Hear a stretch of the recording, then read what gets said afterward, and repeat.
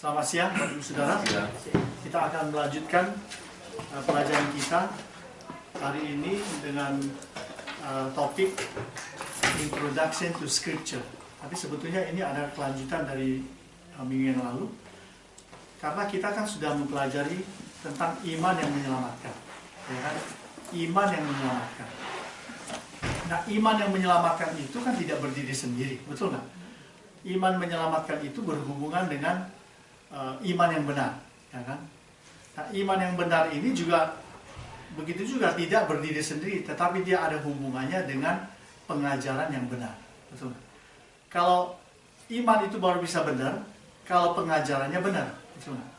Kalau pengajarannya menyesatkan, berarti imannya tidak benar dan imannya tidak menyelamatkan. Saya kasih contoh. Ajaran saksi Yehova. Mereka tidak percaya bahwa Yesus itu Tuhan, betul. Nah, kalau iman kita didasarkan dengan pemahaman saksi Yehova bahwa Yesus itu bukan Tuhan, berarti Yesus itu tidak menyelamatkan, tidak bisa menyelamatkan.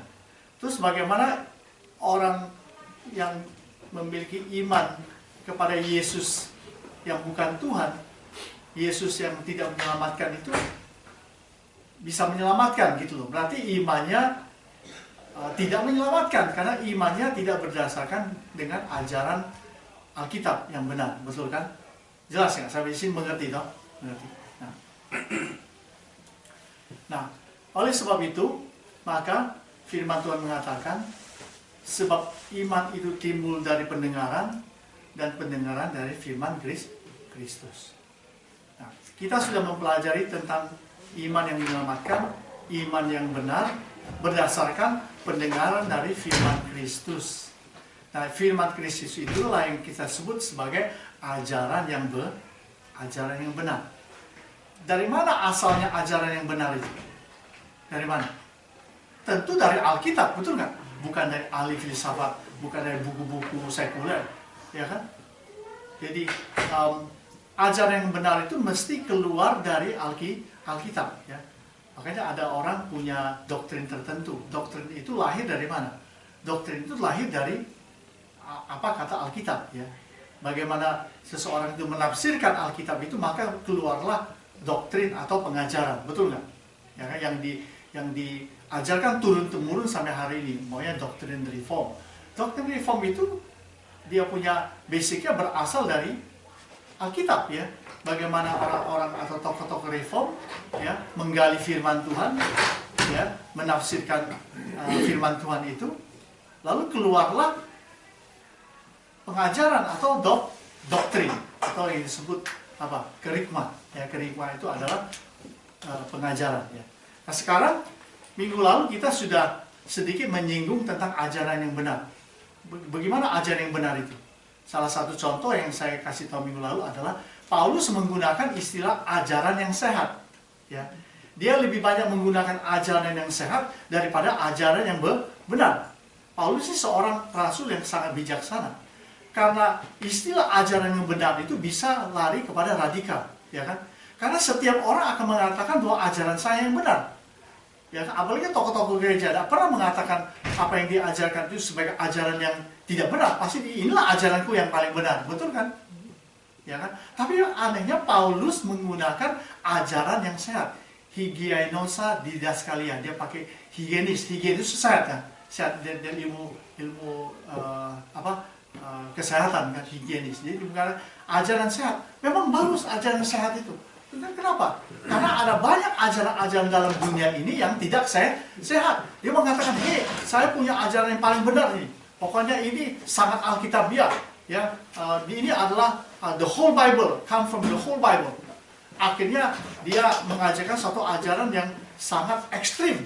Ya, nah kalau sudah ekstrim, maka bisa saja ajaran dia itu menekankan topik-topik tertentu dari Alkitab, ya. Dia menekankan satu pemahaman kebenaran, tetapi dia mengabaikan pemahaman yang lain.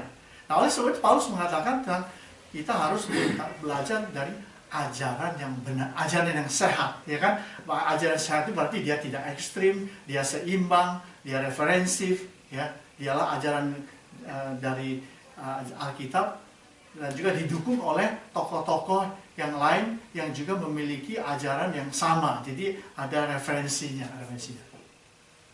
Nah, hari ini kita mau fokuskan kepada bukan lagi kepada ajaran yang benar atau ajaran yang sehat, tetapi kita berfokuskan kepada Alkitab yang melahirkan ajaran yang sehat dan ajaran yang benar. Ya, jadi kita fokuskan kepada Alkitab. Betul nggak? Ya, yang sekarang di dalam dunia kekristenan, pengetahuan tentang Alkitab itu, dari mana asal usulnya, siapa yang menulisnya, betul kan? Nah, itu yang sekarang cukup populer. Karena dalam dunia yang sudah berkembang dan berubah ini, banyak orang justru tidak percaya bahwa Alkitab itu adalah sepenuhnya firman Tuhan. Ya, mereka menganggap itu adalah buku sejarah, betul nggak? Ini buku cerita tentang kerajaan Israel dan lain-lain. Tulisannya juga seperti itu. Lihat, kadang-kadang ada yang bertentangan. Lalu isinya berbau mitos. Lihat di Yunus, kitab Yunus. Apa itu kitab Yunus?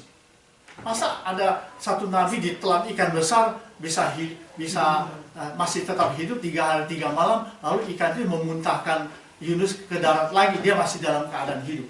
Ya kan? Itu apa? Itu katanya adalah mitos, cerita rakyat. Betul kan? Dan banyak hal yang lain lagi yang tidak dipercayai bahwa itu adalah firman Tuhan. Nah, di dalam pengajaran Introduction to Scripture kita mulai dari awal. Kita mulai dari bagaimana penulisan Alkitab itu, ya. Penulisan kitab-kitab dalam Alkitab. Betul kan? Jadi kita lebih menjurus sekarang, kita sepertinya menginvestigasi buku itu sendiri, ya kan? Tadinya kita menggali dia punya pengajaran firman Tuhan, kita gali lalu kita katakan inilah ajaran benar, inilah tentang Yesus, inilah tentang keselamatan, inilah tentang dosa, inilah tentang penciptaan. Ya kan? Kita keluarkan isinya itu untuk kita pahami, untuk kita mengerti, untuk kita imani sebelumnya, supaya kita mempunyai iman yang benar dan iman yang menyelamatkan. Nah, sekarang kita langsung kepada Alkitab itu sendiri. Buku itu yang kita pegang. Bagaimana buku ini? Mengapa kita harus percaya? Dari mana asalnya? Itu maksudnya. Ya, nah ini yang disebut Introduction to Scripture. Ya, ini agak sedikit akademis ya. Tapi kalau di seminari kita sudah belajar.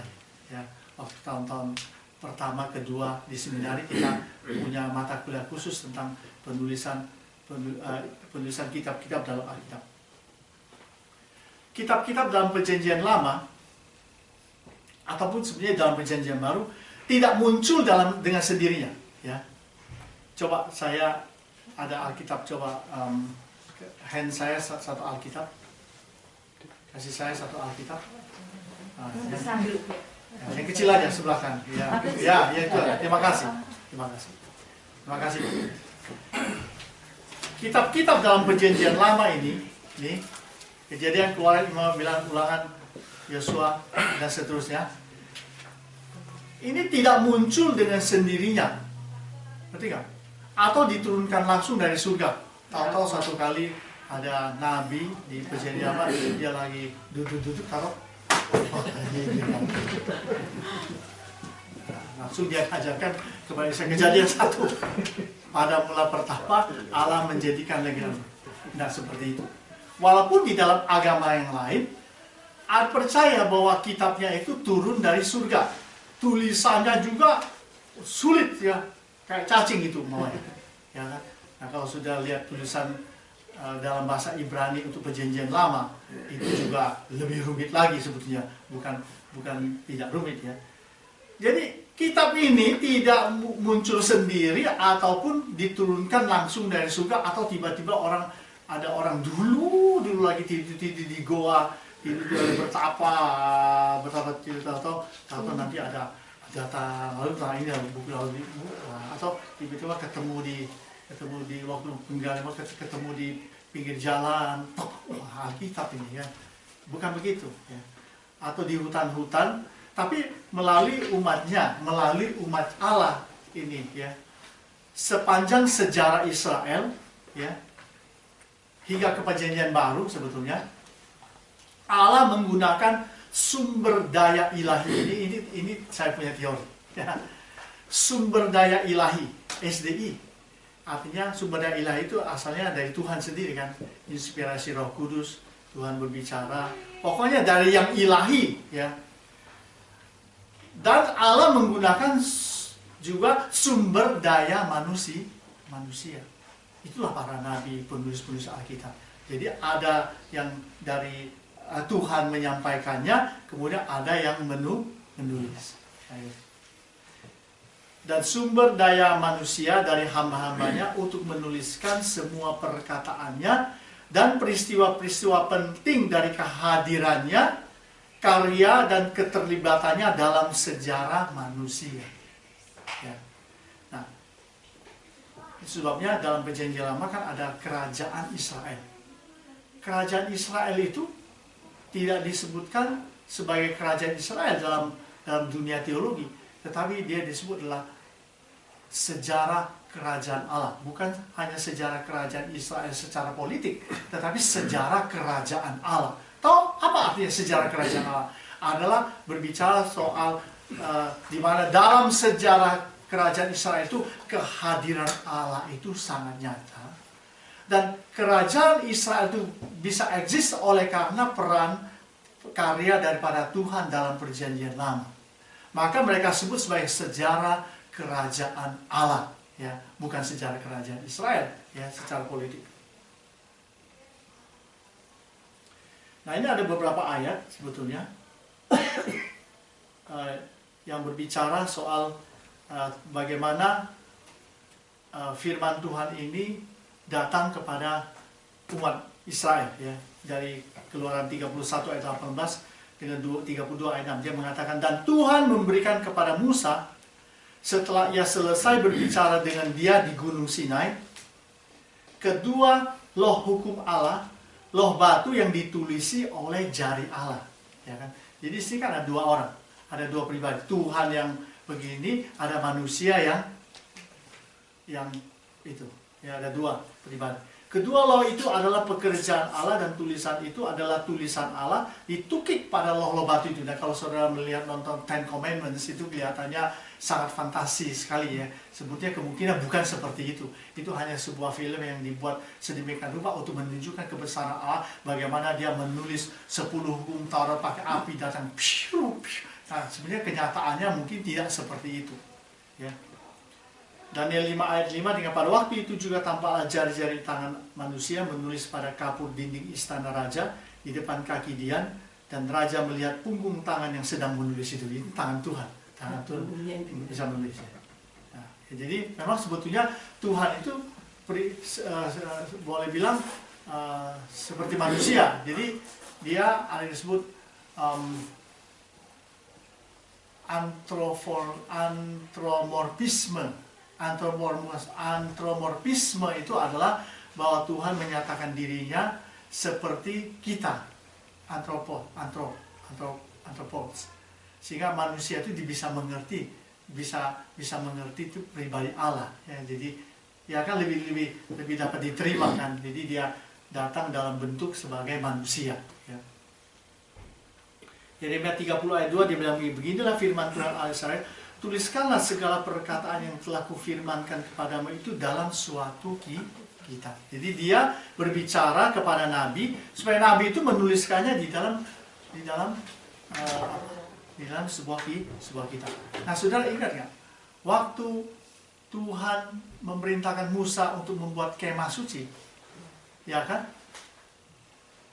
Musa diperlihatkan, Musa harus harus menyampaikannya itu atau membukukannya seperti apa yang dia lihat.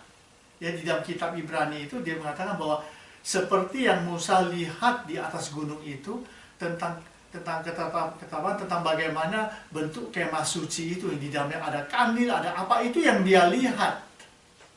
Yang dia lihat lalu dia tuliskan itu, lalu dia kemudian sampaikan kepada umat Israel, betul kan? Ada kan ayat di kitab Ibrani, ya. 2 Petrus 2 ayat 20. Yang terutama harus kamu ketahui bahwa nubuat-nubuat kitab suci tidak boleh ditafsirkan menurut kehendak sendiri, sebab tidak pernah nubuat dihasilkan oleh kehendak manusia, tetapi oleh dorongan Roh Kudus orang-orang berbicara atas nama Tuhan. Oleh dorongan Roh Kudus, jadi ada kuasa Tuhan yang bekerja dalam diri seorang nabi, lalu dia berbicara atas nama Tuhan. Itu ya, atas nama Tuhan, bukan atas nama dirinya. Berarti peranan Roh Kudus dalam penulisan Alkitab, dalam penyampaian Alkitab ini sangat penting, yang merupakan peran utama dari Roh Kudus untuk terwujudnya kitab-kitab yang kita baca pada saat ini. Ya, jadi kita yakin sebetulnya ini bukan produk manusia. Ini adalah produk dari Tuhan sendiri, tapi menggunakan sumber daya manusia untuk melakukan ini. Ya kan? Nah, gitu. Contohnya, Musa kan tidak hidup di zaman kitab Kejadian. Kejadian itu kan pada mula pertama Allah menciptakan langit dan bumi. Musa sudah lahir belum? Ya belum. Terus bagaimana Musa bisa menuliskan kitab Kejadian itu, sedangkan dia di situ dia belum lahir? Nah itu dia. Itu berarti ada peranan Roh Kudus yang diberikan kepada penulis Alkitab, pada Musa untuk menuliskan kitab Taurat, Kejadian, Keluaran, dan Ulangan. Ya. Nah, dalam perjalanan Musa di padang gurun itu membawa umat Israel keluar. Nah itu peranan dia dengan Harun, dengan semua umat Israel. Ya, itu kan pengalaman hidup dia bersama Tuhan, naik gunung, terima ini segala macam. Itu dia tuliskan. Nah itu melalui pengalaman hidupnya bersama Tuhan. Nah itu sebabnya sejarah itu bukan sejarah manusia, tapi sejarah kerajaan Allah. Tuhan hadir di situ. Semua pengalaman Tuhan berbicara sama dia, semua dia tulis. Jelas kan? Jelas. Jadi kitab Kejadian maksudnya ditulis oleh Musa. Musa kan belum lahir. Ya. Musa kan belum ada. Iya, iya. Jadi diilhami. Diilhamkan. Ya, bukan dari cerita-cerita sebelumnya orang-orang bercerita. Ya, ada juga nanti. Ini dia punya, itu kompleks ya. Jadi sebetulnya ini saya sedang membahas sekarang ya. Nah, bagaimana tentang proses penulisan? Yang itu yang dipertanyakan Ibu adalah proses penulisan. Ya. 1. Tahun penulisan Perjanjian Lama. Ya. Proses penulisan kitab-kitab Perjanjian Lama mengambil waktu selama periode 1000 tahun. Di pertengahan 2000 BC sampai 1000 BC. Ya, 1000 tahun. Jadi ini lama sekali. Jumlah penulisnya kurang lebih 40 orang. Ini 40 orang. 40 orang ini hidupnya di zaman yang berbeda-beda, toh. Ini kan penulisan ini memakan waktu kan kalau 1000 tahun itu lama ya. Sedangkan 40 orang ini kan tidak hidup 1000 tahun. Tapi hidupnya di dalam periode yang berbeda-beda. Ya kan? Tetapi waktu mereka menuliskan kitab-kitab ini, ceritanya bisa berlanjut terus, ya kan? Nah, itu peranan siapa? Pasti peranan Tuhan. Ada juga yang disampaikan dari turun-temurun. Betul kan? Nah itu betul. Coba Ulangan 6 ayat 4-6. Ulangan. Ini pertanyaan Ibu yang saya jawab. Ulangan 6.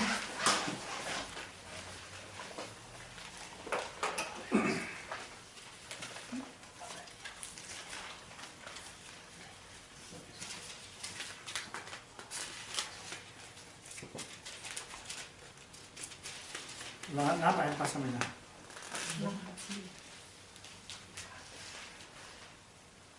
Ulangan 6 ayat 4-6. Dengarlah hai orang Israel, Tuhan itu Allah kita, Tuhan itu Esa. Kasihilah Tuhan Allahmu dengan segenap hatimu, dengan segenap jiwamu, dengan segenap kekuatanmu. Apa yang kuperintahkan kepadamu pada hari ini haruslah engkau perhatikan. Haruslah engkau mengajarkannya berulang-ulang kepada anak-anakmu dan membicarakannya apabila engkau duduk di rumahmu, apabila engkau sedang dalam perjalanan, apabila engkau sedang berbaring, apabila engkau bangun. Haruslah engkau juga mengikatkan sebagai tanda pada tanganmu. Haruslah itu menjadi lambang di dahimu. Haruslah engkau menuliskannya pada tiang pintu rumahmu dan pada pintu gerbangmu. Betul kan? Jadi ini diajarkan kepada turun-temurun. Minggu lalu saya cari ini Pak, nggak ketemu-temu. Ya, jadi pastilah turun-temurun disampaikan lalu dan lain-lain. Ya. Jumlah penulis kira-kira kurang lebih 40 orang. Bahasa yang digunakan pada waktu itu bahasa Ibrani, klasik dan bahasa Arab. Ya, ini ada tulisannya. Memang Tuhan itu adalah Allah yang bijaksana. Dia memilih bahasa yang tepat, yang memiliki struktur bahasa lengkap atau gramatikanya yang lengkap untuk menuliskan perkataannya supaya manusia kalau membaca, memahaminya tidak bisa salah, tidak bisa keliru.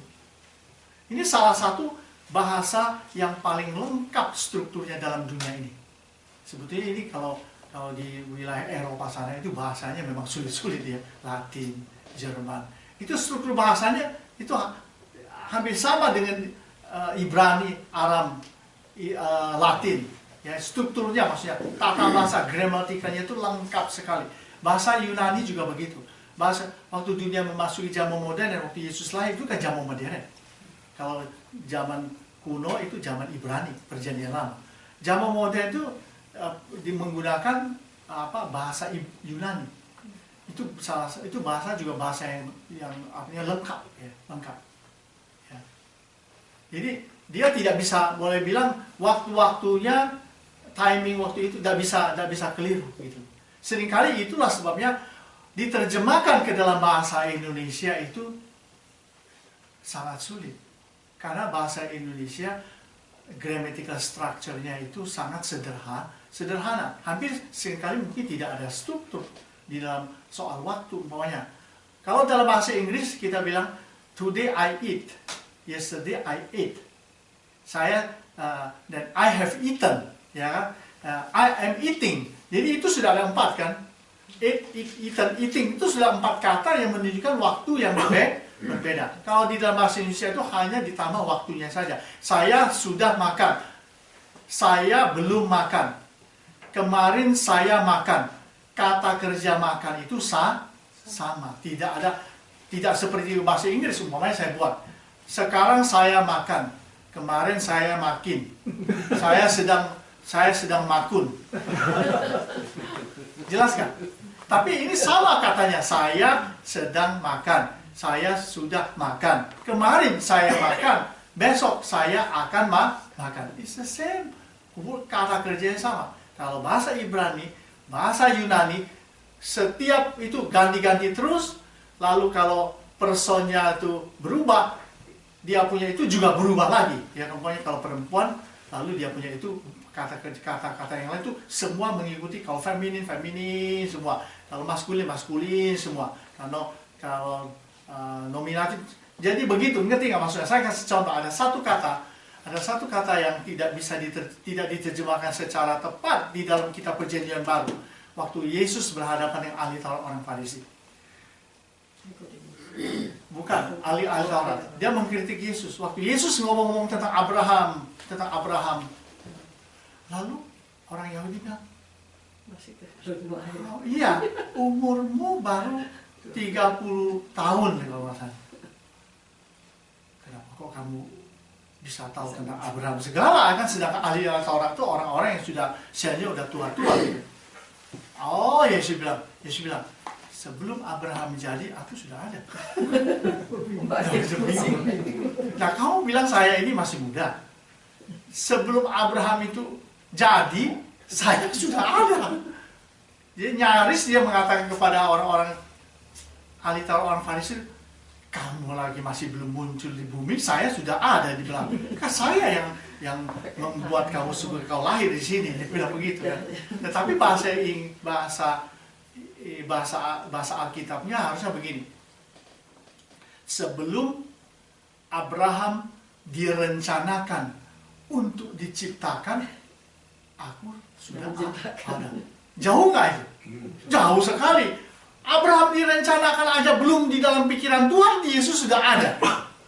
Sebelum direncanakan Abraham untuk lahir, untuk dilahirkan ke dalam dunia, Yesus sudah ada. Betapa jauhnya itu sebenarnya bicara soal kekekalan Kristus. Sedangkan bahasa Indonesia tidak menerjemahkan seperti itu. Yang harusnya diterjemahkan seperti yang saya katakan itu tadi. Ya kan, kalau di dalam bahasa Yunani itu yang disebut future passive. Ya kan? will be created. Before Abraham will be created kan future pasif kan. I was, pakai I was lagi itu. Ngerti nggak?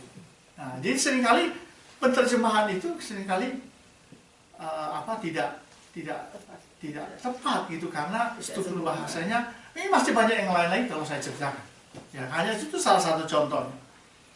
Itu sebabnya bahasa digunakan bahasa Ibrani kuno klasik atau Aram. Nama penulis di antaranya ini antara salah satunya Musa, Daud. Ya kan, kalau Daud kan sudah tahu dia menulis kitab Mazmur kan tulisannya banyak. Ada Bani Korah ya dan lain-lain. Kemudian Salomo, Deborah, Miriam, Agur, dan lain-lain. Dan masih ada yang lain lagi. Dan gaya penulisannya, ini gaya penulisannya itu bentuk sastra, ya sastra.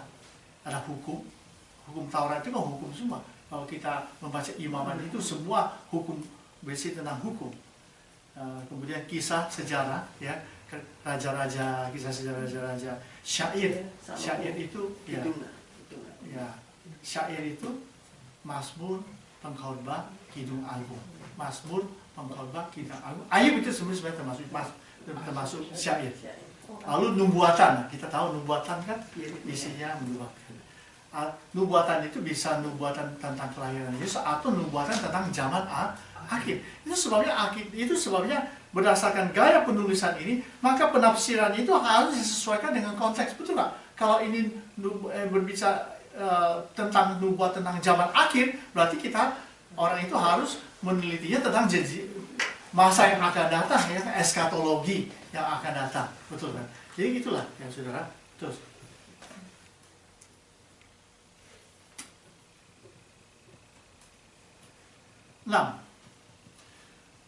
perkembangan dalam penulisan bahasa, ya kan? Ini kan sekarang kita masuk ke penulisannya langsung, ya, kepada penulisannya langsung. Di zaman dulu yang saya katakan zaman dulu yang BC, before Christ itu, ya, di zaman Musa, Abraham, dan terus seterusnya, ya, Nuh, kemudian Salomo, Daud, you name it. Sudah ada mesin percetakan belum? Kertas folio, kertas kopi putih sudah ada belum? Belum ada. Pulpen dan ya, belum ada. Semuanya belum ada, namanya kuno. Dan dulu kan kalau dalam kitab Kejadian kan ada disebut zaman batu. Ya kan, zaman batu. Lalu kemudian baru zaman besi. Dan itu terus zamannya berkembang, zaman batu, zaman besi. Nah, sekarang sudah secara rasional aja. Kalau zaman batu berarti alat tulisnya dari apa? Ya pasti dari batu. Orang bikin api aja itu pakai batu, ya kan? Terus kertasnya dari mana? Emang ditulis di badan sini? Ya, enggak.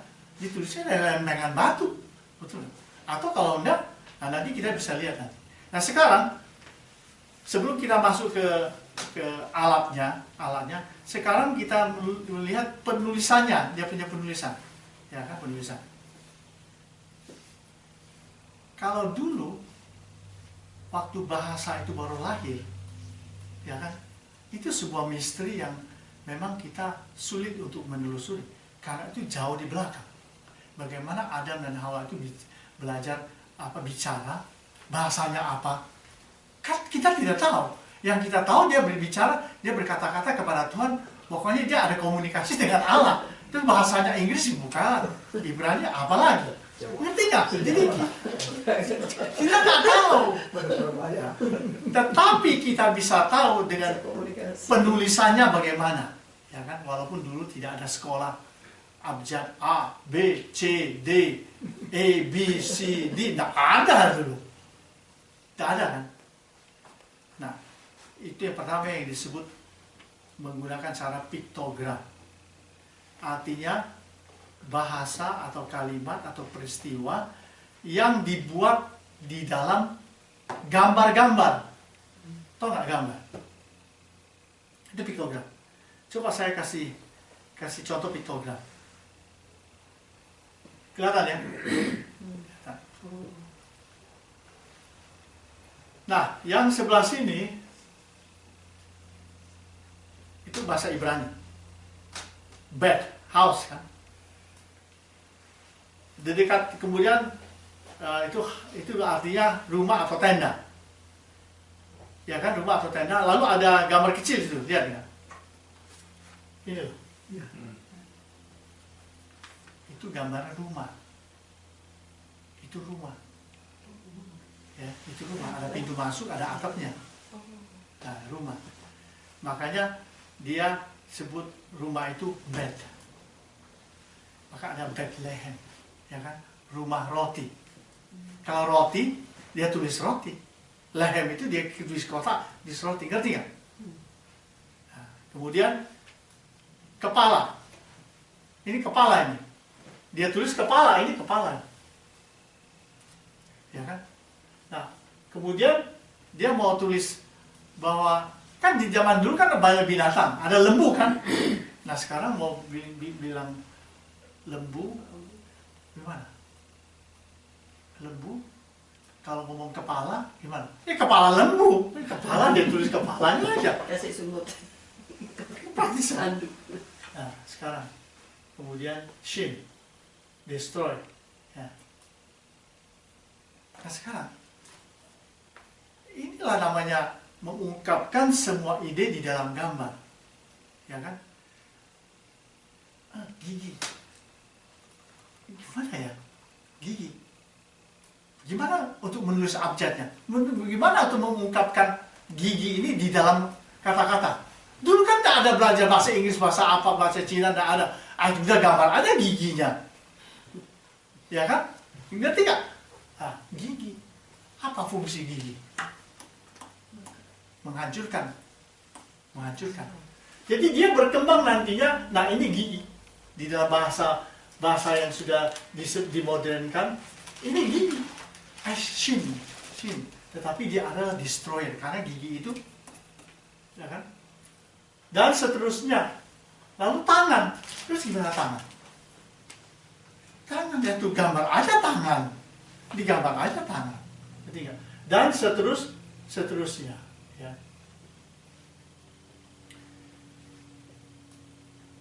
Kemudian, nah sekarang di dalam piktogram, bagaimana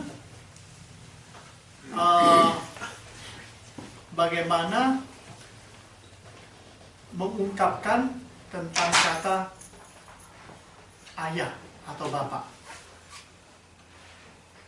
Bapak rumah tangga. Ya kan, bapak. Di sini tidak ada, karena saya ada di flash drive saya yang rupanya saya salah membawa. Saya membawa flash drive yang lain. Contohnya banyak. Minggu depan saya akan tunjukkan. Kalau ayah itu adalah kepala rumah tangga atau leader, kepala pokoknya. Terus bagaimana orang dulu tuh untuk mengekspresikan dalam tulisan bahwa ini adalah bapak atau ayah, ya kan? Gimana caranya? Nah, di dalam bahasa Ibrani itu bapak itu disebut ab. Makanya ada Abraham, bapak bagi banyak bangsa. Ab itu bapak. Ab itu adalah gabungan dari A sama B kan? A-nya apa? Kepala. B-nya apa? Bed. Rumah. Kepala rumah tangga. Jadi gitu penggabungan. Ngerti nggak? Waktu dia berkembang, disempurnakan, lalu keluarlah menjadi sebuah bahasa, di sebuah bahasa Ibrani, maka keluarlah alfabet ini, yang sebetulnya ini gambarnya keluar dari sini. Ini keluar dari sini, tanduk. Ini tanduk dan kepala. Ini kepala, kalau begini tidak ada kepala. Ini bed, ini rumah. Yang mencerminkan dari situ. Yod, tangan. Ngerti gak maksudnya? Jadi dari gambar kemudian berkembang lalu dibuat sebagai abjad yang modern. Ya, alef, bet, gimel, dalet itu ke bahasa Ibrani A, B, G, D. A, B, G, D dan seterusnya. Ya. Ada menarik sekali bisa diketemukan di di internet, tapi tadi mau di copy nggak ketemu. Coba apakah yang ini bisa? Ya ini bukan. Ya, jadi mungkin lanjutkan. Ya, kita mundur sedikit. Dari piktogram, ya piktogram dan picture. Dari picture, makanya penemuan-penemuan arkeologi yang di zaman sekarang berdasarkan discovery kedukan-kedukan penggalian-penggalian itu banyak diketemukan lempengan-lempengan batu yang bertuliskan bahasa dulu dengan cara gambar-gambar. Di Mesir kan, ya kan? Saudara kan tahu ada apa? Upaya kuda dan ada orang yang apa? Gambar itu dulu menggunakan cara seperti gambar. Ya. Lalu ideogram. Nah, ideogram ini sebenarnya hampir mirip. Dia merupakan simbol-simbol juga gambar untuk menjelaskan arti maksud daripada objek. Contoh, gambar matahari berarti panas. Kalau matahari panas. Jadi ini cara zaman dulu orang berkomunikasi. Ya. Lalu logogram. Nah, logogram itu adalah simbol-simbol. Saya menemukannya ini.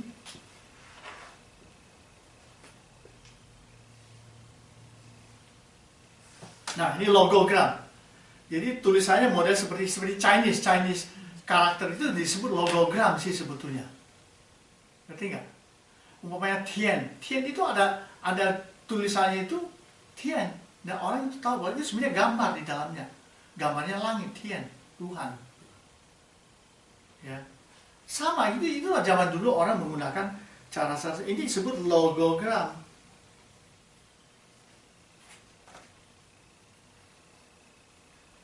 Kemudian fonogram, gambar yang digunakan untuk mengungkapkan suara pada objek gambar matahari berarti putra. Nah, ini pakai suara ini. Ya. Tapi memang dulu itu tidak ada mesin rekaman kecuali penyampaian dari satu orang ke orang yang lain. Itu bisa disebut fonogram juga, phone. Menyampaikan dari satu orang ke orang yang lain lalu diteruskan sampai turun temurun. Nah, jadi abjad ini ditulis adalah bahasa Semit atau bahasa Ibrani, bahasa yang digunakan untuk penulisan. Nah, sekarang kita lihat ini adalah ini nanti sebentar. Bahan-bahan dan penyalinan. Bahan-bahannya. Tadi penulisan, sekarang bahannya pakai apa? Bahannya digunakan pertama salah satunya ada papirus. Papirus adalah sejenis rumput rawa yang mengandung getah, diolah, dianyam, dipipihkan, dijadikan tempat untuk menulis perkataan. Seperti dari 2 Yohanes 1 ayat 12, Revelation 5 ayat 1. Nah ini papirus. Papirus itu adalah sejenis pohon yang tumbuh di tepi-tepi sungai Nil. Jadi ini getahnya, ada getahnya, jadi diambil, batangnya dipipihkan, dipipihkan, lalu kemudian jadi kertas. Jadi kertas, kalau saudara lihat, nah ini. Jadi orang menggunakan ada serat-seratnya itu. Jadi serat-seratnya itu dilebari, dipipih-pipih, getahnya dikeringin, sudah dikering, nah orang gunakan itu sebagai tempat untuk menulis. Ya, tulisannya juga seperti tadi. Ya kan, adalah banyak berupa gambar-gambar atau lambang-lambang atau steno atau logogram atau piktogram. Itulah caranya dulu. Ya. Terus apa lagi? Di dalam lempengan batu, tembok atau lempengan batu sebagai kertas, Keluaran 24:12 dan seterusnya.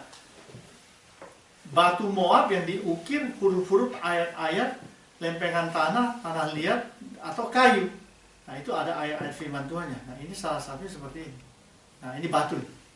Ini the Moabite stone, the first mention of the God of Israel. Jadi ini bicara soal Omri yang menulis di dalam lempengan batu ini. Lihat, tulisannya juga berupa tulisan steno ya, tulisan yang yang simbol-simbol semua ini. Ya, kalau kita lihat. Apalagi? Kitab gulungan dari papirus, ya itu yang dari kertas itu tadi, dari ini itu yang bisa digulung sebetulnya, bisa digulung. Gulungan tembaga atau gulungan tembaga. Nah, kalau pecahan tembikar, nah itu mirip-mirip dengan bahan-bahan dari tumbuh-tumbuhan yang kemudian dibuat menjadi menjadi tembikar, menjadi itu, lalu kemudian itu digunakan untuk menulis.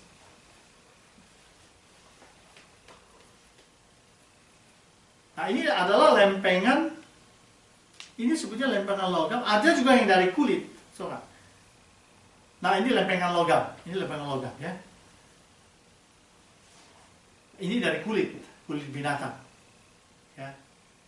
Kulit binatang dari pohon kayu, batu atau logam. Itu semuanya pokoknya yang bisa dipipikan digunakan untuk menulis.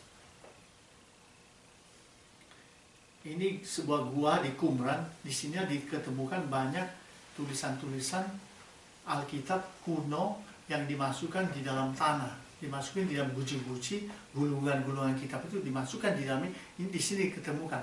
Ya, ada kitab Yesaya dan lain-lain diketemukan di sini. Begitu dicocokkan sama dengan yang kita baca itu. Tapi umurnya memang sudah sangat tua. Ya. Alat tulisnya besi, menggunakan besi pengukir atau pena besi. Dulu kan semua pakai besi semua, ya, dengan pena yang ada bulunya itu, ada pisau raut untuk menajamkan pena, ada tempat tintanya itu pasti dari getah-getahan dulu, yang gitu, getah-getah pohon-pohon dulu yang digunakan untuk dijadikan tinta. Ya. Proses penyaliman dengan digunakan tangan, penghafalan, pendengaran, pembacaan dokumen di depan umum, ya, fonogram itu tadi. Jadi cukup menarik. Ya. Siapa yang menulis? Juru tulis Bait Allah, ya, Ezra sebagai pelopor, Musa, para nabi maupun para rasul yang perjanjian baru. Paulus kan pernah mengatakan tentang perkamen yang saya tinggalkan itu di tempat itu perkamen, ya. Perkamen itu adalah gulungan tulisan dia, lalu itu yang disebut perkamen, ya. Menulis surat-surat, Paulus menulis surat-suratnya, ya. Penemuan arkeologi. Naskah atau dokumen tulisan firman Tuhan yang asli sudah hilang. Dan yang ada hanyalah naskah salinan. Jadi semua yang diketemukan dulu. Sebenarnya ribuan tahun kan sudah tidak ada lagi. Tetapi orang-orang zaman dulu itu menyalin kan pada zaman Ezra kan disalin kembali. Hukum Taurat, kitab Taurat itu hilang, lalu dicari-cari ketemu, lalu kemudian dikembalikan, disalin lagi. Ya, adalah naskah salinan. Hal ini baik karena untuk menjauhkan umat dari penyembahan kepada kitab-kitab tua. Itu kan kecenderungan manusia kan seperti itu. Ya. Jadi Alkitab kalau itu yang betul-betul asli dijadikan jimat, dijadikan tempat penyembahan. Apalagi kuburan juga. Untuk banyak kuburan raja-raja Israel dulu diketemukan. Kalau diketemukan seringkali dijadikan sebagai tempat penyembahan. Ya kan? Yang asli sudah hilang karena disimpan dalam guci, tanah liat, dan dikubur. Ini diketemukan, rupanya guci dari tanah liat itu bisa menyimpan barang itu ratusan tahun, bahkan sebetulnya bisa ribuan tahun. Itu di dalam tanah liat. Jadi dia bisa aman di dalam bejana tanah. Itu sebenarnya ada di 1 Korintus kan, harta yang kami punyai yang disimpan dalam bejana tanah liat, itu dia bilang. Itu bisa disimpan lama dan tahan.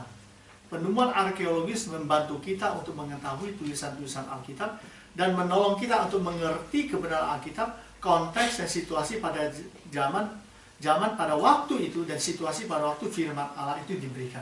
Jadi waktu diketemukan penemuan arkeologi, orang melihatnya bukan hanya tulisannya, orang melihat zamannya apa, budayanya apa, keadaan waktu itu apa. Jadi itulah yang diukur. Pada abad ke-5 ada para masetoret. Para masetoret itu adalah orang-orang itu pengembara, mengumpulkan naskah-naskah PL dan menentukan yang mana yang perlu dipertahankan. Kemudian naskah itu disalin kembali sesuai dengan aslinya. Mereka menghitung kata demi kata sesuai dengan aslinya, dan apabila ada kelebihan maka kata-kata lebih itu dicoret dan ditandai. Orang-orang Ibrani tidak berani menambahkan kata-kata baru karena firman Allah itu kudus. Pada tahun 947, para gembala-gembala dekat Qumran tepi Laut Mati, yang gambar tadi, menemukan banyak guci yang berisikan kitab dan adalah naskah-naskah perjanjian lama ditulis kira-kira tahun 20 hingga tahun 70 sebelum Masehi. Maka naskah ini dibandingkan dengan naskah kodeks Leningrad Siebensis yang dibuat tahun 1008 sesudah Masehi, ternyata tidak ada perbedaan menyeluruh. Jadi sebetulnya penemuan-penemuan arkeologi itu adalah bentuk kitab-kitab yang sudah disalin gitu loh. Ya kan, kalau ribuan tahun kan sudah ada, sudah habis. Tetapi turun-temurun orang Israel itu menulis terus sehingga tidak pernah hilang. Jadi dibandingkan satu sama lain, umpamanya diketemukan 50 tahun yang lalu ada satu naskah, wah ini asli. Diketemukan lagi dengan naskah ini suka mirip. Lalu kemudian di-convert kan. Nah, waktu mereka convert itu, apa yang mereka lakukan? Bahwa mereka menghitung kata demi kata. Ini itu luar biasa. Anda supaya bisa bayangkan ayat sebanyak begini, gimana dia mau hitung kata demi kata. Jadi itu masih pekerjaan Tuhan. Jadi kalau itu tidak sesuai itu artinya dicoret. Mereka tidak berani menambah. Ya kan? Karena apa? Orang Ibrani takut. Karena firman Allah itu kudus. Jadi nggak berani nambah apa-apa. Diperiksa satu-satu. Nama Tuhan aja nggak sembarangan diucapkan. Dulu mana boleh orang menyebut nama Yahweh. Karena itu Allah yang Maha Kudus. Makanya dalam Keluaran 20 jangan mengucapkan nama Tuhan dengan sembarangan. Jadi Yahweh itu kemudian diucapkan menjadi Adonai, ya kan, sebagai Tuhan. Karena Yahweh itu adalah Allah yang Maha Kudus. Nah, seperti Yahweh itu adalah Yesus sendiri. Yahweh itu Yosua yang kemudian itu adalah Tuhan Yesus. Kalau Yesus dia menjadi manusia, maka dia menjadi pengantara.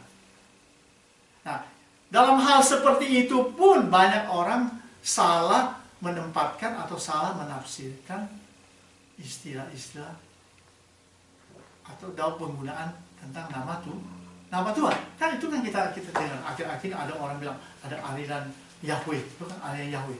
Tidak boleh menyebut nama Tuhan. Maka ayat-ayat Alkitabnya itu ada Alkitab khusus. Tuhan itu ditulis dengan nama Yahweh. Allah nggak boleh, karena Allah itu adalah istilah nama Allah bangsa kafir. Jadi semua nama Allah di dalam Alkitab itu diganti semua dengan nama Tuhan. Luar biasa ya. Karena dia ingin kembali kepada autentiknya Alkitab, aslinya nama Tuhan itu. Jadi itulah yang digunakan, yang sakral sekali. Wah, luar biasa. Nah, ada yang khotbah di gereja saya. Jadi begitu dia ketemu nama Allah, langsung dia ganti nama Tuhan. Maka Tuhan berfirman, harusnya maka Allah berfirman. Enggak, dia nggak mau membaca nama Allah karena itu nama Allah orang kafir. Allah itu kafir. Jelas kan? Pernah dengar bahasa, pernah dengar pengajaran itu? Jadi akhirnya dibilang ini aliran pengikut Yahweh. Alkitabnya tidak ada nama Allah. Betul apa enggak itu? Betul apa enggak? Nggak tahu tuh. Nggak tahu. Jadi itu sebenarnya masalah bahasa, masalah budaya. Tuhan itu tidak anti budaya. Betul nggak? Kalau Tuhan anti budaya, bahasa kita sudah bukan, dia juga sudah tidak pakai bahasa kita kan? Karena bahasa menunjukkan budaya. Memang bahasa tidak menunjukkan kepercayaan. Kan bahasa komunikasi. Ya kan, di Indonesia Tuhan itu ya Allah. Kalau Arab bisa Allah. Itu bukan bicara soal iman, itu bicara soal budaya bahasa. Kalau di Amerika Tuhan disebut apa? God atau Lord Jesus. Itu adalah bahasa. Betul kan? Bukan kepercayaan. Jadi ini orang salah mencampurkan istilah bahasa, dianggap itu adalah kepercayaan atau iman. Jadi mengunyapkan bahasa, kata-kata Allah takut. Bukan takut, tidak mau karena najis. Jadi harus menyebut kata Tuhan, tapi Tuhan itu harus menyebut yang benar. Nah, kita pakai nama Yahweh. Lalu sudah.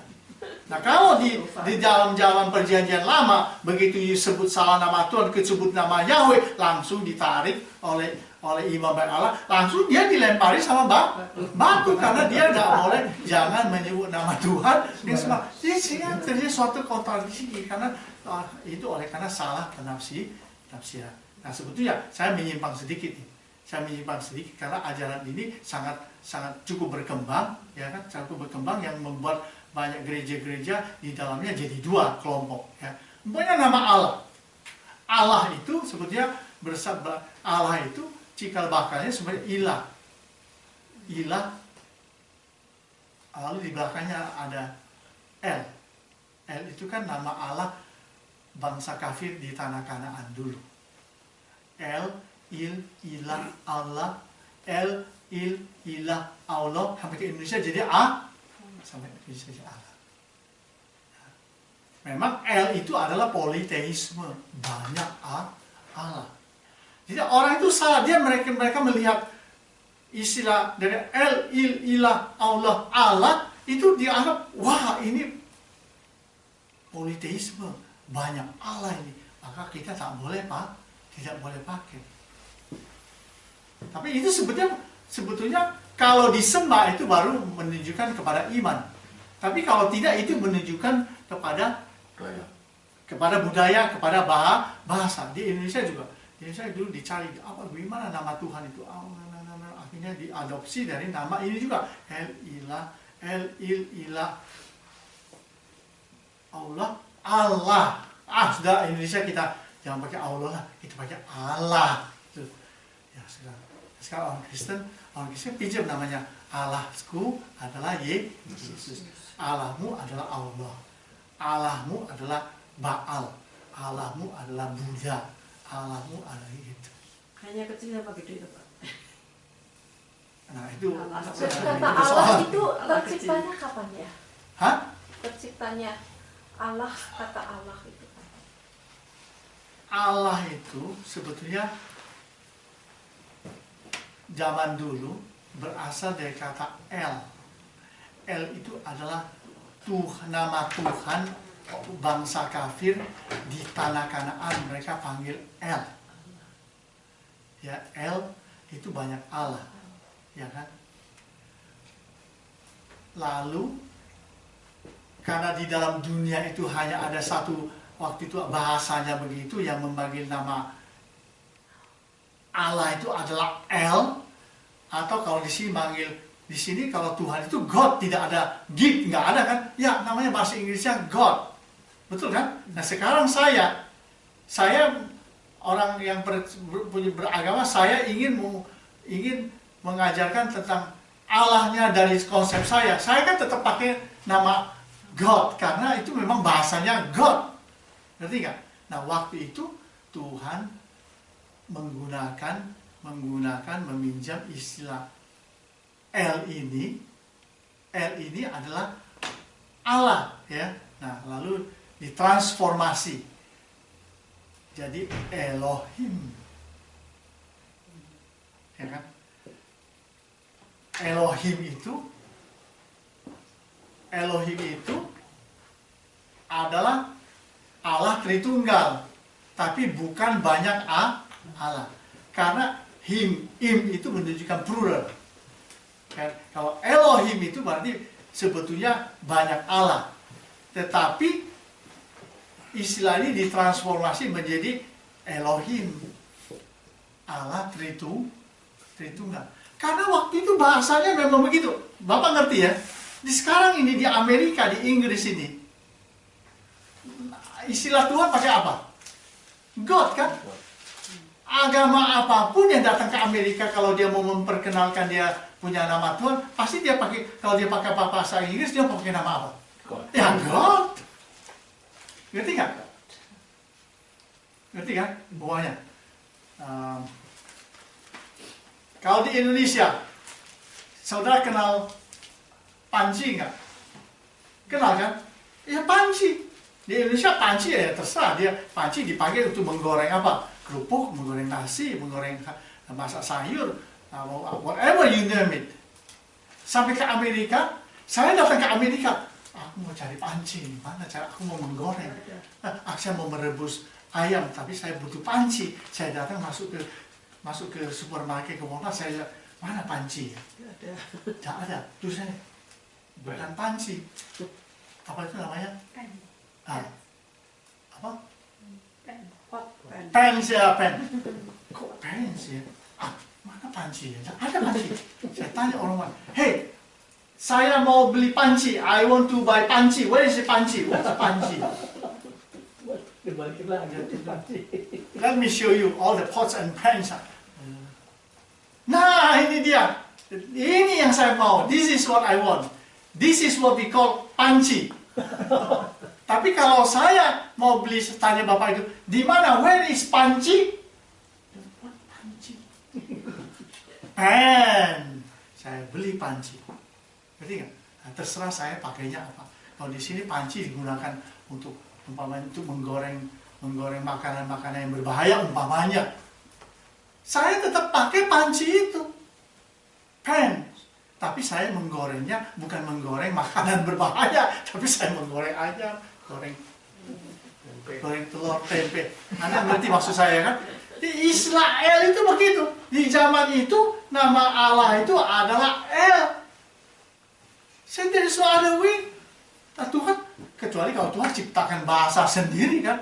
Tapi Tuhan itu menghargai budaya. Jadi dia masuk ke dalam budaya itu, dia tetap gunakan itu. Seperti saya datang ke Amerika, saya cari panci, tapi saya ketemu pen. Oke, I use pen. Saya ambil pen. Tapi saya gorengnya bukan goreng yang biasa digoreng oleh orang Amerika, tapi saya gorengnya goreng makanan saya. Demikianlah Tuhan menggunakan nama El. Itu nama untuk menunjukkannya. Nanti ditanya sama Musa, kamu mau itu orang Israel. Nanti orang tanya saya, siapa Allahmu? Kan begitu, siapa nama Allahmu? Musa, ya nama siapa Allah ya? Sudah dia putar ke kertas. Ya Tuhan. Nah kalau orang Israel itu tanya saya, siapa namamu? Nanti aku. Aku adalah aku. Aduh. Lalu dia ngomong, oke. Asher, aku adalah aku. Nah, bingung nggak? Bingung. Mau ngomong apa ya aku? Itu ya maksudnya. Itu sebabnya Allah itu menghargai budaya. Tapi memang kita harus akui, budaya itu ada yang sudah rusak oleh karena dosa. Ada budaya penyembahan berhala. Itu tadi. Tapi kalau orang Israel datang menyembah Yahweh itu dengan menggunakan kata El, tetapi El-nya dia cara menyembahnya, dia kasih ini, nah itu berarti salah. Itu ditransformasi. Oke deh, orang Kanaan, El itu politeisme. Tuhan bilang, saya ini bukan Allah banyak, saya adalah Allah yang satu. Tapi kami adalah Allah Tritunggal. Lalu dia menggunakan Elohim. Jadi mirip kan? Serupa, tapi tidak sama. Makanya di Kejadian 1 ayat 12, marilah kita menciptakan manusia menurut gambar dan rupa kita. Let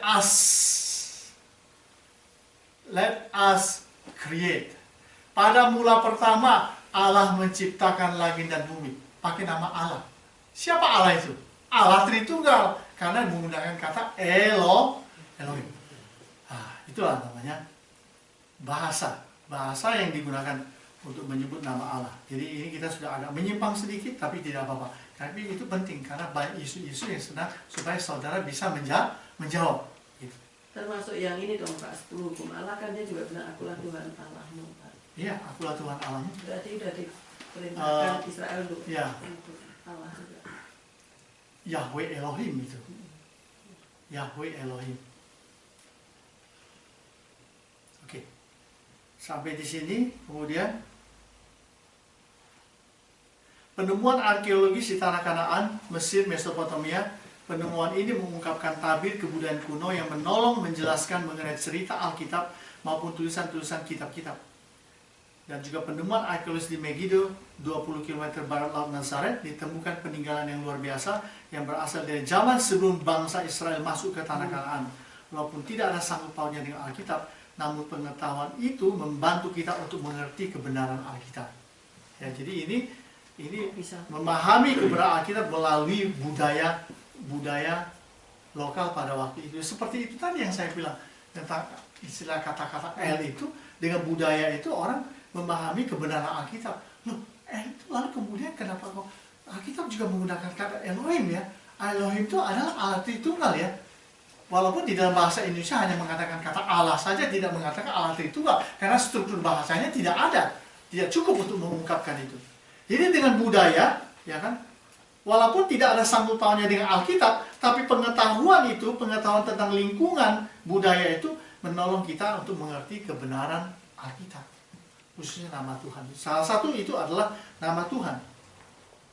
Nah, teori karbon. Nah, ini penting sekali. Teori karbon adalah alat atau bahan kimia untuk digunakan menguji atau mentes penemuan-penemuan arkeologi untuk menentukan umur benda-benda purbakala itu. Disebut proses karbon 14 ini dapat menentukan tahun asal tulisan kuno, bahan kuno yang memuat tulisan tersebut. Melalui proses ini, secari kertas pada tulisan kuno yang ditemukan tersebut dibakar, lalu jumlah isotop karbon 14-nya terkandungnya dihitung.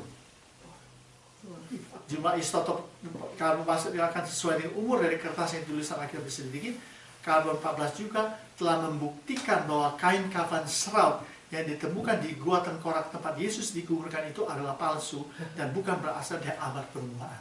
Pernah dengarkan tentang serat Tuhan Yesus kan? Gambar itu diperdebatkan. Itu dianggap bahwa itu memang kain kafan Tuhan Yesus yang berasal dari abad permulaan, abad waktu Yesus mati di kayu salib, kain kafan di situ. Tapi kalau dibakar jadi kan nggak ada lagi ya. Abunya itu, karbonnya itu dihitung isotopnya. Ya, saya pernah bawakan cerita tentang serat ini, tapi saya memang sudah lupa. Karena itu berasal dari satu keluarga di Eropa yang kemudian keluarga orang bangsawan yang punya itu, lalu kemudian dibawa ke Italia. Dan dianggap itu sebagai kain kafannya Tuhan Yesus. Begitu dites, bukan, itu bukan berasal dari abad ke permulaan, dari tahun-tahun 1500. Berarti palsu gitu. Jadi luar biasa, karena teknologi juga digunakan Tuhan untuk membuktikan itu asli atau tidak. Kemudian kita tuliskan terjemahan Alkitab. Kan sudah ditulis nih, ya kan, di gulungan kitab dikumpul-kumpulin semua, baik dari kulit pohon maupun dari lempengan-lempengan tembaga, logam, batu, semua itu kan dikumpulkan dari abad ke abad, ya kan. Jadi pekerjaan yang memang luar biasa banyaknya. Kalau bukan karya, kalau tidak ada campur tangan, kita nggak dapat yang ini. Yang kita ada, kalau seandainya tidak ada zaman modern yang sudah bikin mesin cetak kertas, kita kayaknya ke gereja nggak bisa, susah, harus punya lapangan luas, harus punya storage besar. Karena ke gereja harus bawa Alkitab pakai gulungan kulit pohon itu, harus pakai truk ke gereja. Jadi kita ini adalah generasi yang paling memang enak. Paling enak. Ya, paling enak semua. Apalagi sekarang sudah ada Bible apps, tinggal lihat begini. Jangan bawa Alkitab lagi. Jangan bawa jari, Pak. Ya, orang tidak bawa Alkitab ke gereja, hanya bawa jari, bawa iPhone gitu. Ya kan? Bahkan dia bisa search lagi. Ya, kita lagi bawa renungan, bawa khotbah, dia kan ada internet, itu kan adalah smartphone. Dia search lagi, kita salah, udah betul dia begitu.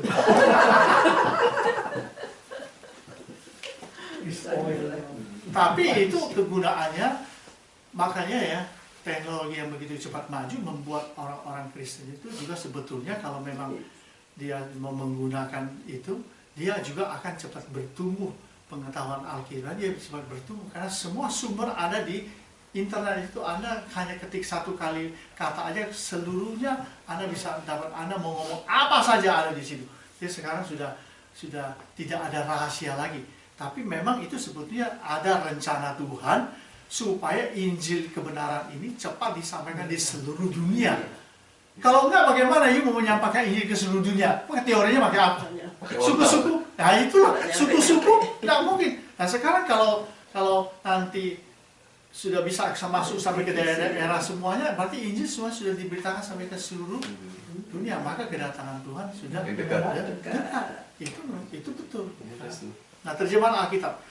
Lalu kemudian dari bahasa asli itu baru kita diterjemahkan oleh Bible translator, oleh para ahli itu, dia menerjemahkan ke dalam bahasa-bahasa dalam dunia ini. Betul kan? Nah, ini ada Taurat Samaria, ada terjemahan Alkitab Taurat saja dengan memakai bahasa Ibrani kuno. Perbedaannya diketemukan di dalamnya adalah Ulangan 27:4 di mana Gunung Ebal diganti dengan Gunung Gerizim. Nah, Yohanes 4 ayat 20 dianggapnya tidak tepat. Jadi kan dulu orang Israel kan terbagi dua. Orang Israel di Samaria, orang Israel di kampung halamannya.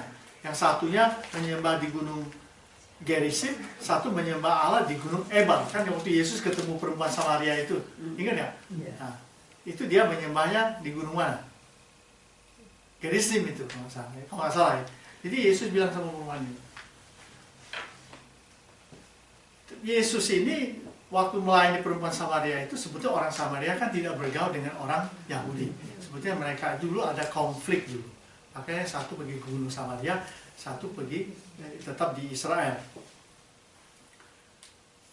Lalu Yesus bilang, kamu menyembah di gunung ini. Orang Yahudi menyembah di gunung ini, ya kan? Karena duanya punya perbedaan persepsi tentang penyembahan kepada Tuhan. Tetapi Yesus bilang, barang siapa yang benar itu adalah menyembah Allah di dalam roh dan kebenaran, bukan menyembah di gunung ini, bukan menyembah di gunung itu. Ngerti nggak? Nah, itu dia. Menyembah di dalam roh itu di dalam kebebasan dan secara spiritual, bahwa Allah itu ada, bisa hadir di mana saja. Ya, jangan mengatakan hanya gereja saya ini ada kehadiran Tuhan, gereja kamu kering. Oh. Nah, ini kan pemikiran. Ada yang bilang iman bertumbuh di gereja ini. Ya, bukan. No, iman itu bertumbuh di mana Anda bergereja. Kalau di gereja Anda tidak bertumbuh, pasti di tempat lain tidak bertumbuh dong. Masa di sini tidak bertumbuh, di sana jadi Superman? Terus Tuhannya siapa? Kan kita kan punya Tuhan yang sama. Tuhannya kan Yesus di sini. Di gereja sana Yesus juga. Memang dasar kalau di sini memang tidak bisa bertumbuh, pergi ke gereja manapun tetap sama. Makanya orang kaya yang di neraka itu dia bilang begini, tolong, saya masih punya beberapa saudara, kalau salah 5 saudara ya. Tolonglah Pak Abraham, Bapak Abraham, utus orang untuk menyampaikan sesuatu kepada dia. Abraham bilang, nah, di sana kan ada kitab Musa, kitab Taurat, kitab para nabi. Kan bisa baca aja itu. Enggak, Bapak Abraham. Kalau ada seorang yang bangkit dari antara orang mati, lalu engkau utus ke sana. Hamba Tuhan yang luar biasa. Tobatlah kau. Lari semua. Dia, Abraham bilang, tetap tidak bisa bertobat. Tetap tidak bisa bertobat. Panggil Billy Graham datang ke gereja, tidak bertobat juga. Kenapa? Karena Tuhannya ya sama. Tuhan Yesus di sini, Tuhan Yesus di sana. Ngerti nggak? Ini persepsi. Makanya kalau orang cuma kalau mudah-mudahan sudah tak pindah-pindah gereja, ya sudah pindah-pindah gereja itu sana orang Kristen yang paling tidak benar. Sudah jelas dong. Masa Ais ini, aduh, malas ah, bukan tuh. Di situ kan lebih enak. Di situ kan ada Tuhan. Kalau bilang lebih enak makanannya boleh ya Pak ya? Lain. Tapi memang ada gereja yang bisa berkembang begitu cepat, ada yang tidak, bagaimana? Nah, itu bicara soal pelayanan. Itu makanannya apa? Bicara soal pelayanannya. Tempatnya nyaman. Pokoknya kalau bicara soal kebenaran tentang pertobatan mengenai Yesus, kemanapun pergi itu tetap sama. Karena Anda pergi ke sana, di situ juga ada masalah. Bukan di situ tidak ada masalah. Kamu akan tetap menghadapi masalah yang sama. Karena roh jahat yang di sini, dia ngikutin ke sana, dia ganggu lu di sana juga. Problemnya di kita ya. Sampai kita menang. Sampai kalau kita bisa menang, kita menetap di sebuah gereja, tidak pindah-pindah lagi, ya kita menjadi anggota gereja mereka melayani, kita menang di situ. Nah, baru di situ adalah tempat kita beribadah secara permanen. Kalau tidak kita memenangkan peperangan rohani tantangan ini, kita akan pergi ke gereja manapun. It is the same. You're going to face the same situation. Ya. Kemudian ada terjemahan disebut targum nih. Terjemahan bebas sebagian dari perjanjian lama ke dalam bahasa Aram, bahasa sehari-hari orang Yahudi. Di dalamnya yang mengandung komentar-komentar. Targum-targum ini terdiri dari beberapa versi. Targum Angelos, terjemahan Taurat yang resmi oleh bangsa Yahudi. Targum Yerusalem, terjemahan bahasa dialek Aram. Nah, ini adalah terjemahan-terjemahan untuk orang-orang Yahudi. Kita bahasanya juga kita nggak mengerti lah, bahasa Aram dan Ibrani. Septuaginta. Nah, Septuaginta ini adalah terjemahan Alkitab versi Perjanjian Lama di dalam bahasa Ibrani diterjemahkan ke dalam bahasa Yunani. Itu disebut Septuaginta. Ya. Dikerjakan oleh 70 orang. Makanya itu disebut Septuaginta, 70 orang. Ya. Ambil itu ya Pak, ambil yang diutus Tuhan 70 orang itu. Oh bukan, Ya, lain lagi. Lain ya, itu. itu. Lain, ini lain. Ya, orang lain. Ini sesudah, ini sudah Kenapa zaman. dia ambilnya 70 nggak 100 itu? Nah, memang 70 orang yang kerjain untuk menerjemahkan kitab PL ke PB ke dalam bahasa lain itu butuh waktu. Pesita, terjemahan ke dalam bahasa Syria untuk rakyat biasa pada permulaan abad Masehi. Nah, ini digunakan, kalau sekarang digunakan di gereja Ortodoks. Vulgata, ini terjemahan Alkitab di dalam bahasa Latin. Dilakukan oleh Jerome. Menjadi Alkitab resmi orang Kristen selama 1000 tahun hingga zaman Reformasi. Ya. Kitab Koptik, nah ini kitab terjemahan ke dalam bahasa Koptik abad ketiga di Mesir, bahasa Ethiopia abad ke-13 masih yang mulai dikerjakan sampai akhir abad ke-4. Terjemahan Reformasi. Nah ini kemudian muncul terjemahan Wycliffe, ada Tyndale, ada Bible, Coverdale, dan lain-lain. Ya. Terjemahan versi modern abad ke-18, ya, American Standard Version, New American Standard, New International Version. Ya. Baru terjemahan ke dalam bahasa Indonesia. Tahun Yang kita pakai 1773. 1773, ya. Dr. Lediker, Dr. Klinker, tahun 74. Orang Belanda ya Pak? Ya, orang Belanda semua. Kemudian lembaga akademis, nah, ini terjemahan dari ini. Ya. Nah, Jadi orang itu dari bahasa Belanda? ya, orang Belanda. Kita memang dari Belanda. Dari Belanda, Indonesia. Alkitabnya dari Belanda. Iya, orang Belanda yang menerjemahkan. Indonesia. Biasanya mereka menerjemahkan itu kalau menerjemahkan dari bahasa asli. Sending ya Pak ya, sending itu ya. Iya. Terjemahkan dari bahasa asli ke dalam bahasa Indonesia, bukan dari Inggris ke Indonesia. Bukan.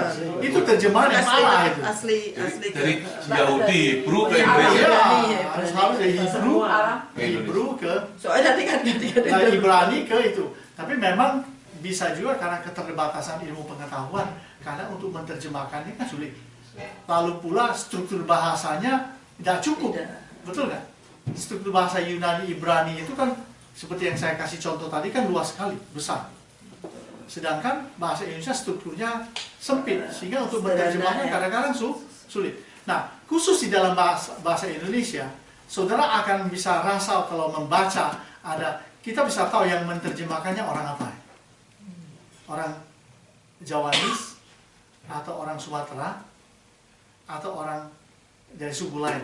Jadi waktu saudara membaca ini, ada rasa bahasanya itu, ada rasa Jawanis, ada Sumatera, ya. Jadi bukan Indonesia secara ini ya. Karena itu dipengaruhi oleh budaya penerjemah rasa bahasa dia. Tapi kalau LAI ya Jawa kali. Ada.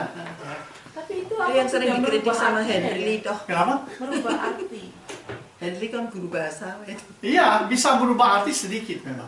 Jadi begini, penterjemahan bahasa itu sebetulnya yang menerjemah Alkitab yang benar ke dalam bahasa daerah, dia harus mempunyai dua metode, dua tipe penterjemahan yang harus digabung jadi satu.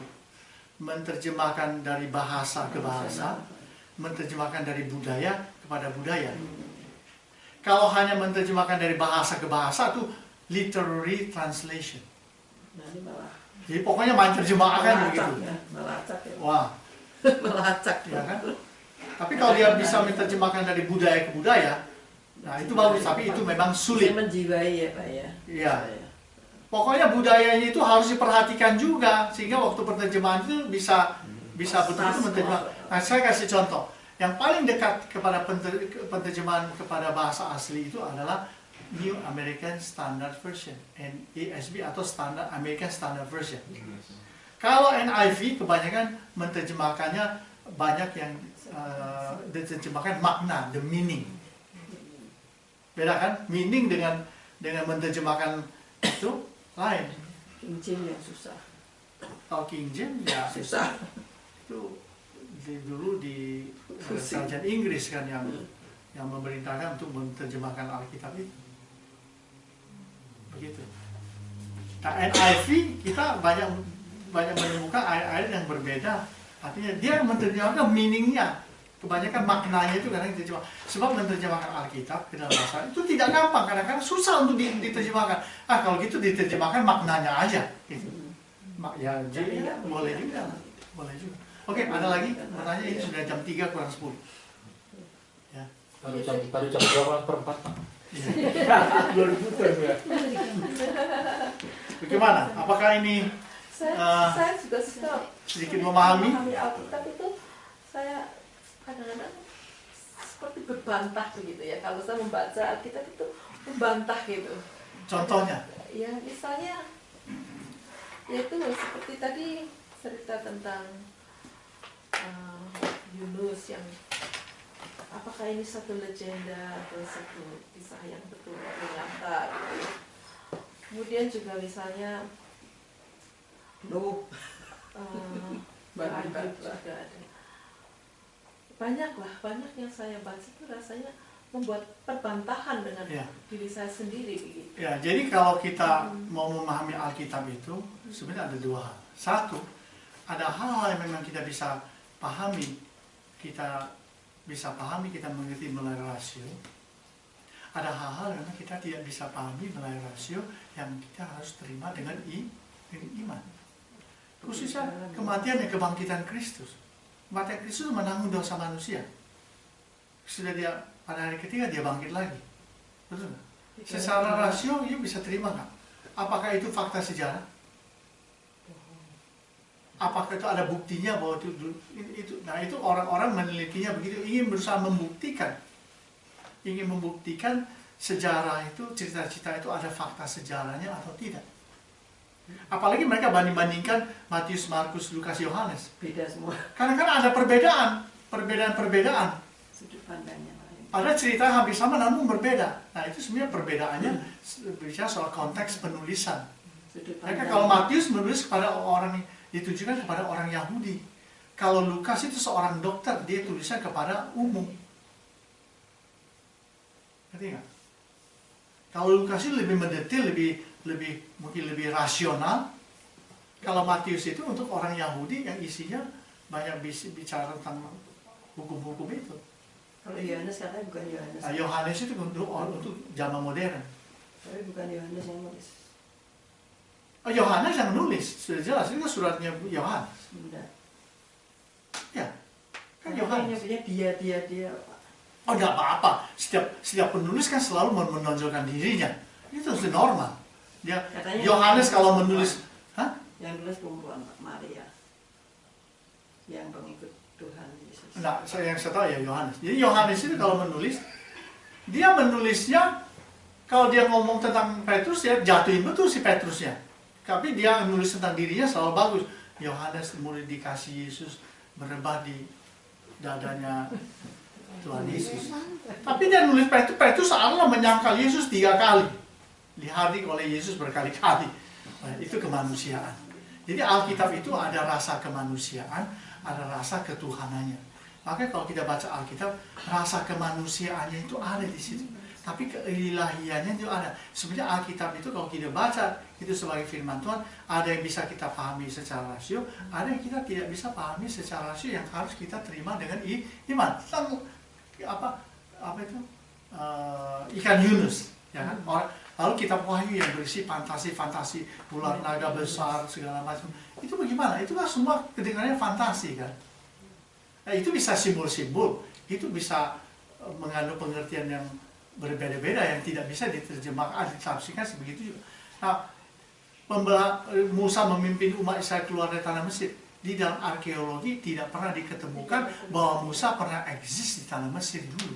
Maka orang liberal tidak percaya bahwa Musa itu pernah hidup di Mesir, memimpin bangsa Israel keluar dari tanah Mesir. Mereka tak percaya. Karena di dalam sejarah arkeologi, penemuan diselidiki di Mesir, Musa punya nama tidak ada. So what? Itu bagaimana? Nah, itulah sebabnya. Bisa aja nama Musa namanya yang lain, tetapi Musa hidupnya tidak dicatat di situ. Tetapi ada di Alkitab, ya kan? Nah, itu kita mesti menerimanya dengan iman. Kalau penulis Alkitab dulu masa dia salah menulis. Ya kan? Lupa, yang hapus namanya Musa itu kan Firaun sendiri. Iya, Firaun. Waktu Bisa Firaun pergi Firaun bilang kuasa. bahwa saat ini nama Punya Musa kuasa. hilang dari buku. Iya, bisa juga. Karena dia kuasa. Karena itu dia orang raja. Ibrani, orang yang dianggap pengkhianat. Lebih baik sekarang generasi ini tidak boleh Itu kerja diingat, setan, tidak boleh kerja bersejarah, setan. tidak ada sama sekali Nama itu Musa. bisa Iya, aja. iya. Tentu akhirnya tidak ada. Kan Paro kan kuat dan Firaun. Iya. Iya, Firaun Itu itu. kerjaan setan loh supaya Lalu kemudian meragukan. tentang fakta sejarah, fakta kebangkitan, kematian kebangkitan Kristus. Itu kan ada tokoh-tokoh pakar-pakar Alkitab, pakar-pakar gereja di Indonesia juga nggak percaya itu. Ya yang dibilang. Yang dia ada percaya. kuburannya, ada kuburannya itu kan. Iya. Orang mengkikat. Yang dia percaya itu apa? Maknanya. Kebangkitan yang dimaksud itu kebangkitan rohani. Sedangkan Yesus itu bangkit betul. Fisiknya dia bangkit betul, bukan bangkit, bukan rohnya aja yang bangkit. Bukan, itu fakta sejarah, kemati dan Jadi gendeng bangkit. itu orang. Itu ada di Pendeta sejarah PKI. atau tidak? Itu Apanya? kayak kebangkitan Yesus di dalam sejarah Roma misalnya, atau di dalam sejarah. Well, nah itulah yang diperdebatkan. Tapi ada di Alkitab. Iya, 500 orang kan yang lihat waktu dia Iya. berdiri. Nah, Alkitab ini kan firman Tuhan, bukan berisi toh. Bukan berisi Jadi firman harus- Tuhan. Alkitab harus adalah kita firman percaya Allah. Bukan berisi 100%. firman Allah. Kalau bagaimana dengan orang Islam yang mengklaim bahwa Al-Quran adalah firman Allah juga?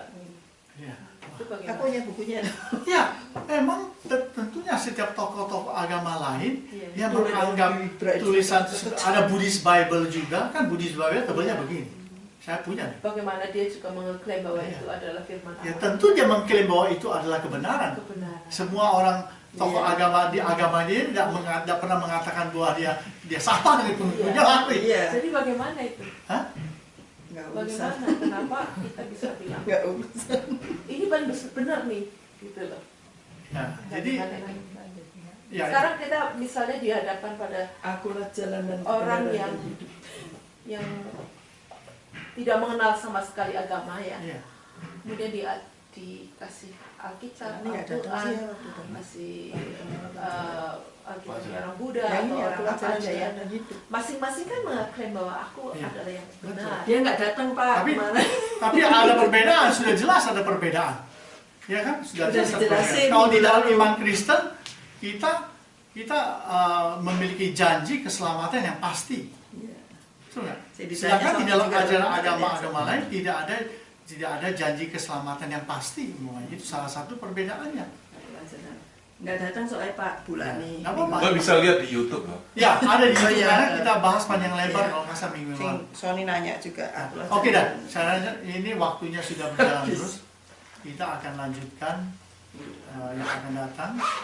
2 minggu lagi ya Pak. Ya, kalau ada pertanyaan bisa email ke saya. Di email saya. ke saya. Email?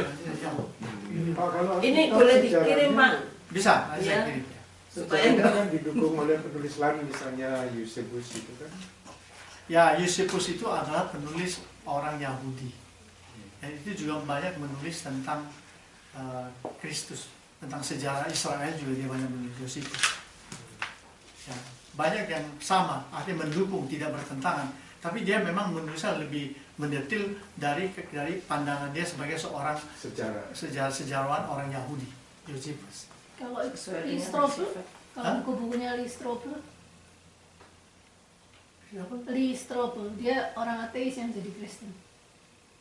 Ya, saya pernah dengar. Case of Christ, the case of Easter. Orang zaman ini dia. Iya, Kalau zaman ini. Yusebus itu zaman kuno. Ya, enggak buat orang kita mungkin sekarang orang sekarang mungkin itu lebih mudah dimengerti. Ya, boleh lah. Itu adalah Hati-hati, Pak. sumber-sumber yang kita bisa Iya. ya, kita bisa baca juga untuk apakah itu mendukung iman kita atau Malah kontra. meragukan ya, Ya. meragukan ya. Nggak apa-apa. Yang penting sekarang kalau kita tahu prinsip-prinsip kebenaran Yang penting masih dalam ada. kekristenan itu sudah merupakan modal utama, fondasi kita, sehingga kita bisa mengevaluasi ajaran-ajaran yang lain. Karena di dalam tubuh kekristenan ajaran-ajaran tidak semuanya juga sempurna ya. Banyak ekstrem-ekstrem yang kita bahas minggu yang lalu. Makanya 200 anak saya bilang, Pak, saya bilang, saya juga takut, anak-anak kan takut nanti dia bacain ini kontradiksi. Saya bilang, ya udah kamu baca Bible dulu sampai ngerti baru boleh yang lain. Suruh baca Hengken. Yang lain enggak. Ya, Hengken itu. Lama-lama bisa ragu loh. Oke, kita tutup dulu. Terima kasih untuk perhatiannya. Mari kita tutup dan kita berdoa. Tuhan, terima